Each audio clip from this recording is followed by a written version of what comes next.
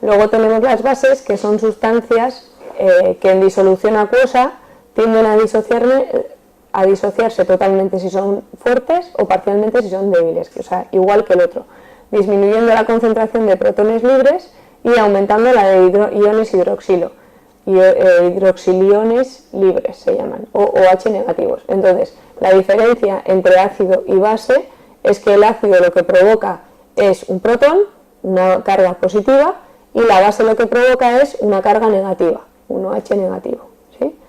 Entonces, al final el pH, el ácido o el básico, quiere decir eso, que cuanto más positivo o cuanto más negativo será o más ácido o más básico, ¿sí? Entonces, así lo que da carácter ácido básico a una disolución es la mayor o menor concentración de protones libres en dicha disolución. O sea, el pH es el parámetro que evalúa la acidez o basicidad de un medio. Entonces se decide como el valor que resulta de aplicar logaritmos negativos a la concentración de protones libres del medio. Básicamente es como contar protones. Lo que pasa es que aplicamos una fórmula matemática para que sea más fácil luego utilizar esa cifra, que ahora os lo voy a explicar por qué. Entonces, la concentración de los protones de los fluidos biológicos suele ser muy pequeña, más o menos como el 0,000001 molar, o lo que es lo mismo 1 por 10 elevado a menos 7. Entonces, si estuviéramos expresando ese valor cada vez que tenemos que expresar el pH, pues nos volveríamos un poquito locos porque para hacer los cálculos sería bastante difícil. Entonces lo que utilizamos es un logaritmo negativo que lo que hace es pasar, o sea, si ponemos el logaritmo, pasamos del 1 por 10 elevado a menos 7 a directamente 7. Entonces solo se utiliza esa fórmula matemática para que sea más fácil en la utilización del pH, del valor del pH. Entonces, diremos que eso, que el pH más o menos que deberíamos tener en el cuerpo humano siempre sería del orden del 7,4, entre 7,35 y 7,45. Entonces, cuanto mayor es la concentración de protones, menor es el valor del pH. Y entonces hablaremos de un pH ácido. Y en cambio, a lo contrario, cuanto menor es la concentración de protones, mayor es el valor de pH y hablamos de pH básico. Por lo tanto, si tenemos un pH menor de 7,4 o 7,35, tendremos un pH ácido. En cambio, si tenemos un pH mayor a 7,45, tendremos un pH básico. ¿Qué querrá decir? Si es ácido, que tenemos muchos protones, muchos positivos, y si es básico, que tenemos muchos negativos. Entonces, cuando la concentración de protones iguala a la de los hidroxiliones, hablamos de pH neutro. Si tenemos la misma cantidad de pluses que de minus, pH neutro. Entonces, vamos a hablar un poco de los mecanismos de regulación del equilibrio ácido-base. Tenemos diferentes modalidades o maneras en el cuerpo para que ese pH siempre se mantenga constante, ¿vale? Para que ni se acidifique ni se basifique. Entonces, primero de todo tenemos los sistemas amortiguadores, que a nivel molecular actúan de forma inmediata para evitar cambios del pH en el medio. Luego tendríamos la modificación de la ventilación pulmonar. Entonces, podemos cambiar la profundidad de la respiración y la frecuencia respiratoria, que se instala a los pocos minutos además de producirse una alteración en el pH sanguíneo, para poder alterar ese pH. Y luego tenemos el control renal por modificación de composición de la orina. Entonces, podemos en la orina excretar más protones o más hidroxiliones. Si excretamos más protones, lo que estamos haciendo es eliminar positivos del cuerpo, por lo tanto estamos basificando el cuerpo. En cambio, si eliminamos más negativos, pues lo que estamos haciendo es acidificando el cuerpo. Entonces, dependiendo de cómo vaya, de si nuestro pH sanguíneo sea alto o bajo, pues nuestros riñones eliminarán más de uno o más del otro, para regular y que ese pH esté siempre en equilibrio. Entonces, vamos a hablar un poco de los sistemas amortiguadores. Son los sistemas encargados de mantener el pH de los medios biológicos dentro de los barrios compatibles con la vida. Entonces, permitiendo con ello la realización de funciones bioquímicas y fisiológicas de las células, tejidos, órganos, aparatos. Hemos dicho que todas las reacciones químicas que pasan en el cuerpo y todas las reacciones enzimáticas y todas precisan de un pH neutro para poder llevarse a cabo. Si tuviéramos un pH demasiado ácido o demasiado básico, a veces las proteínas se desnaturalizan y entonces no podríamos hacer gran parte de las funciones del cuerpo. Entonces, según su naturaleza química, los amortiguadores se clasifican en orgánicos o inorgánicos y asimismo, atendiendo a su ubicación, se distribuyen en plasmáticos o tisulares. Entonces vamos a hablar un poco primero de los tampones orgánicos. Bueno, amortiguadores o tampones es lo mismo. Un tampón es algo que neutraliza algo ácido o algo básico. Sería, si tuviéramos algo ácido, pues un tampón básico sería lo que amortiguaría o lo que haría que nuestro pH volviera a su sitio. Entonces, primero tenemos los tampones orgánicos, que son las proteínas y aminoácidos. Entonces, al principio, cuando no sé en qué clase explicamos la estructura de los aminoácidos, dijimos que tenían en un lado la parte amino y en el otro la parte ácido, ¿no? Entonces, una parte es NH negativo y la otra es positivo, ¿sí? Entonces, lo que tenemos con esto es que las proteínas son electrolitos anfóteros, o sea, quiere decir que tienen la capacidad tanto de ceder protones, ceder partes positivas de un extremo, o de captar bases. Y a un determinado pH tienen ambos comportamientos al mismo tiempo, o sea, tienen la capacidad tanto de coger o ceder protones y de coger y ceder bases. Entonces, es una molécula que en un medio ácido puede coger protones para que ese medio vuelva a ser neutro. Y en cambio, en un medio básico puede coger hidroxiliones para que vuelva a ser neutro. Entonces, lo que hemos dicho, en un medio básico se cargan negativamente, mientras que en un fuertemente ácido lo hacen positivamente. Bueno, luego tenemos los tampones orgánicos. En los tampones orgánicos tenemos también el tampón de hemoglobina. Entonces, la hemoglobina dijimos que es una proteína que forma parte de los glóbulos rojos, entonces es un tampón muy eficiente. Entonces, lo que hace es la hemoglobina de los hematíes capta los protones libres derivados de la disociación del ácido carbónico. Aquí abajo vemos la disociación del ácido carbónico, ¿sí? Entonces, lo que hace es, lo que hemos dicho, capta los protones libres derivados de la disociación del ácido carbónico vertidos a los capilares tisulares durante la respiración celular. Entonces, los iones bicarbonato liberados salen del hematíe al plasma, donde están disponibles para tamponar protones provenientes de la disociación de otros ácidos metabólicos no volátiles. Entonces, captamos el CO2, la hemoglobina capta el CO2 de las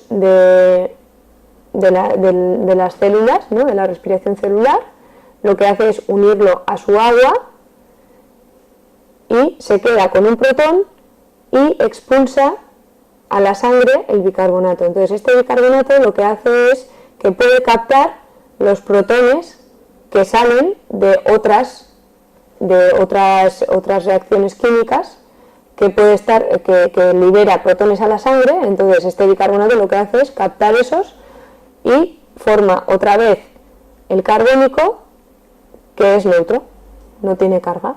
Entonces, en la sangre irán sin carga, ¿sí? Vale, entonces, los iones bicarbonato son la reserva alcalina quiere decir básica, de la sangre, y forman parte del tampón inorgánico bicarbonato CO2, que es el que hemos explicado, el que vamos a explicar ahora. Entonces, el tampón carbónico bicarbonato, que es de lo que estábamos hablando ahora, está constituido por carbónico y por bicarbonato. Entonces, es un sistema muy eficaz. ¿Por qué?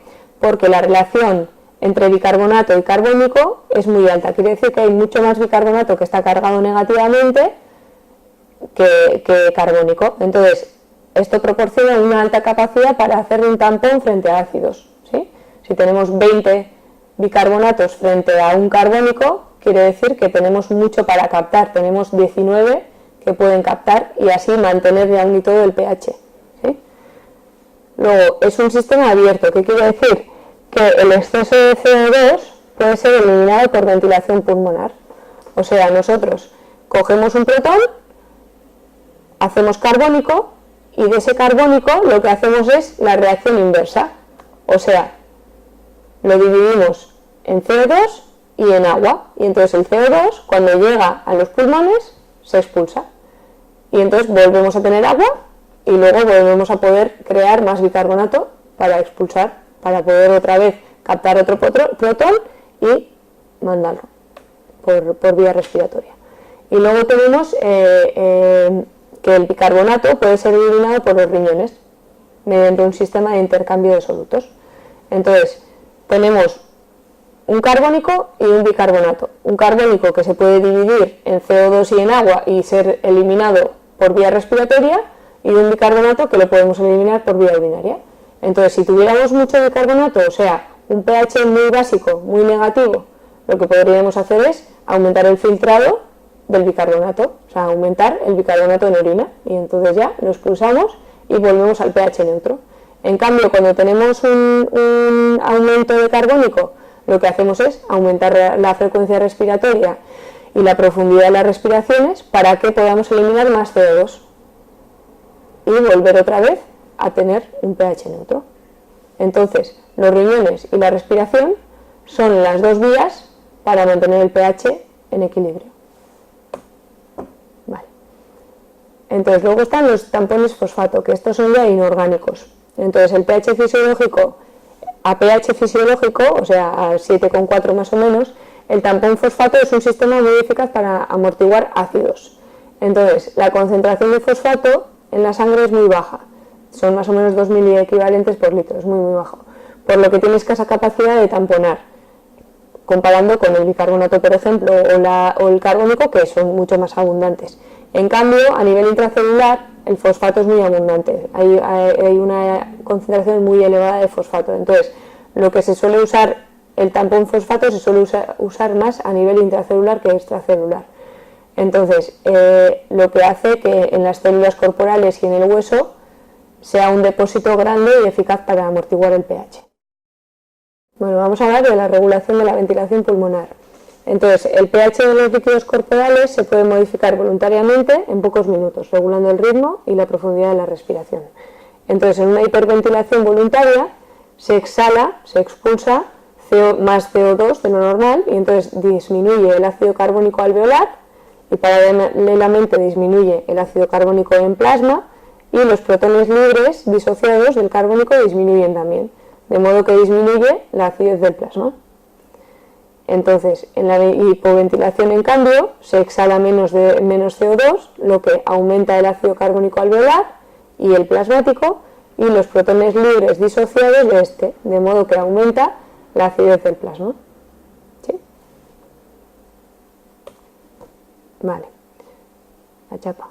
En situaciones patológicas vemos la relación directa entre acidez plasmática y ventilación pulmonar, ¿vale? Eso lo vemos mucho en la clínica. Entonces, cuando la producción de ácido no volátil quiere decir que no sea un CO2, que no sea aire, sino que sea un compuesto, aumenta anormalmente, por ejemplo, en una descompensación diabética, en una cetoacidosis diabética, el bicarbonato plasmático capta el exceso de protones libres, convirtiéndose en ácido carbónico, ¿sí? Que luego se desdoblará a CO2 y a agua. Estamos todo el rato hablando de la reacción que hemos puesto antes. Entonces, el aumento de este gas en el plasma es un fuerte estímulo para los centros respiratorios. Entonces, lo que hace es induce una mayor actividad en los músculos inspiratorios y la respuesta hiperventilatoria puede eliminar el exceso del ácido volátil, que el volátil sería el CO2. ¿Sí? Entonces, en este caso, si no lo conseguimos y mantenemos esa acidosis, estaríamos hablando de acidosis metabólica. Acidosis metabólica quiere decir que el metabolismo hace que nuestro pH de la sangre sea más ácido, pero no la respiración, sino lo que lo está haciendo en las reacciones químicas no volátiles, o sea, no respiratorias. En cambio, cuando un proceso patológico pulmonar, por ejemplo, cuando tenemos un paciente con un EPOC o una fibrosis pulmonar o lo que sea, dificulta la respiración normal y la eliminación de CO2, o sea, no se elimina bien el CO2, su concentración plasmática aumenta de CO2. Entonces se acidifica el pH y el exceso de protones solo podrá ser eliminado por los riñones, porque ya hemos dicho que los pulmones los tenemos fastidiados. Entonces hemos dicho que el pH se regula o por vía pulmonar o por vía renal. Entonces, si tenemos un problema pulmonar, lo que tenemos que eliminar es vía renal. Y en cambio, si tenemos un problema metabólico, normalmente el inicio suele hacerse por vía respiratoria. O sea, es mucho más fácil cambiar la frecuencia respiratoria y la profundidad respiratoria que no cambiar la filtración renal, que eso no lo podemos hacer queriendo y se hace de una forma muy paulatina. Entonces, en este caso, el exceso de protones solo podrá ser eliminado por los riñones y si a pesar de ello no conseguimos que el pH se neutralice, sino que continúe ácido, se habla de acidosis respiratoria. Entonces, tenemos tanto acidosis metabólica como respiratoria y también tenemos